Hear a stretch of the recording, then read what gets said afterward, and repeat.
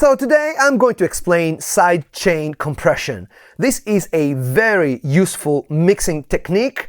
I'm going to demonstrate it for you. Welcome back to the Thomann studio and recording channel. My name is Claudio. I'm a lifelong music producer. These are my beautiful studios here in central London called Dr. Mix, and on this channel I explain mixing, mastering, production. If you're interested in that, then I strongly recommend that you subscribe to this channel by hitting that subscribe button and also that bell notification. Yes, thank you. And let's dive into it. So I will quickly go through what compression means. If you're not too familiar, maybe you might want to check one of the links in the description because there are other episodes where I've talked about it. So compression is when you use a piece of software or hardware to push the sound down whenever that sound goes above a certain threshold. This allows you to do things like, say for example, a singer hit different notes at different volume, and you want to make sure that the louder parts are pushed down so they don't stick out too much in the mix. You can use a compression. So the compressor literally reads the volume of that channel, and if that volume goes above a certain amount, the compressor will apply a reduction, right? It's called gain reduction. But compression can be applied by reading a different channel. Like for example, I can ask the compressor to push the level down whenever another instrument is coming in. And that's exactly what we're going to do today. So here's my session here.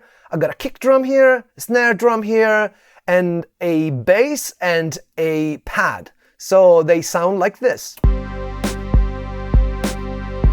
Alright, let me just solo the pads, for example, and the kick. Alright, so I'm going to apply sidechain compression to the pad. How do I do this? By taking any compressor. In this case, I think I'm gonna go for the native compressor by Steinberg, and as you can see, when I pull down this threshold, basically the compressor will reduce, will reduce the amount of volume going out based on how much signal there is coming in. But now I'm going to hit this button here, which means I can have a signal from the kick drum triggering this compressor. Yeah? Check out. See what's going on now? Let me put it to the extreme.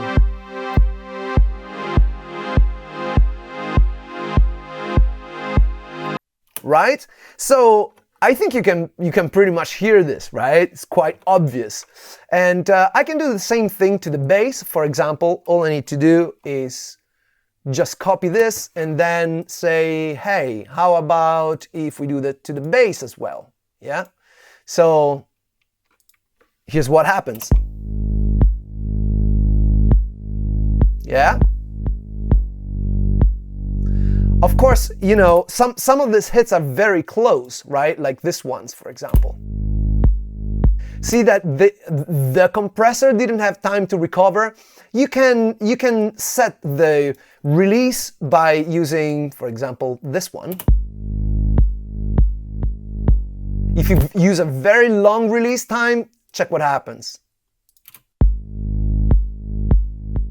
See, it's less reactive. You know, I don't really mind using it at that level. So if we play bass and pad, now here's what happens.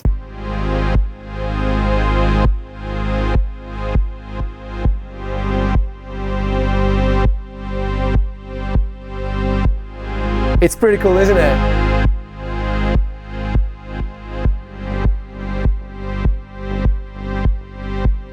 I am sure you have heard these effects on, you know, EDM music, house music, but, you know, this is, you know, it's considered pretty modern because This is something that we started hearing in records a lot more lately, in the past decade probably.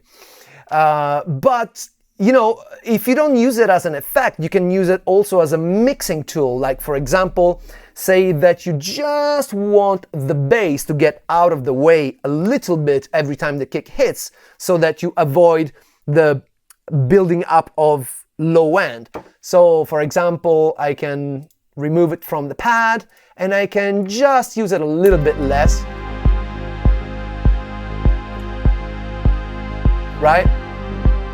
So now it's become more subtle, and this is when you want to achieve a little bit more clarity in the mix. Other occasions where you may want to use that is, for example, say you have strumming guitars, or synthesizers that are very mid-rich and they're getting a little bit on the way of the vocals. So you can sidechain those guitars and that synthesizer to the vocals, so that every time the vocalist sings, the guitars and the synthesizers are pushed down. So it has a vast amount of applications. And also you can get really creative and start, doing chains of compression and use it for sound design, which is, it's a very popular thing to do, to use sidechain for sound design. So yeah, that's the technique. Let's listen to it, right? And let's turn this back on and let's push it more again.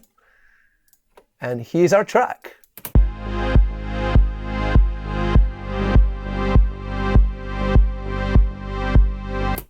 Nice. If you have any questions about this technique, please don't be afraid of asking. There is a space down here in the comments where you can ask, and I will try to answer all of your questions. I hope this was useful to you.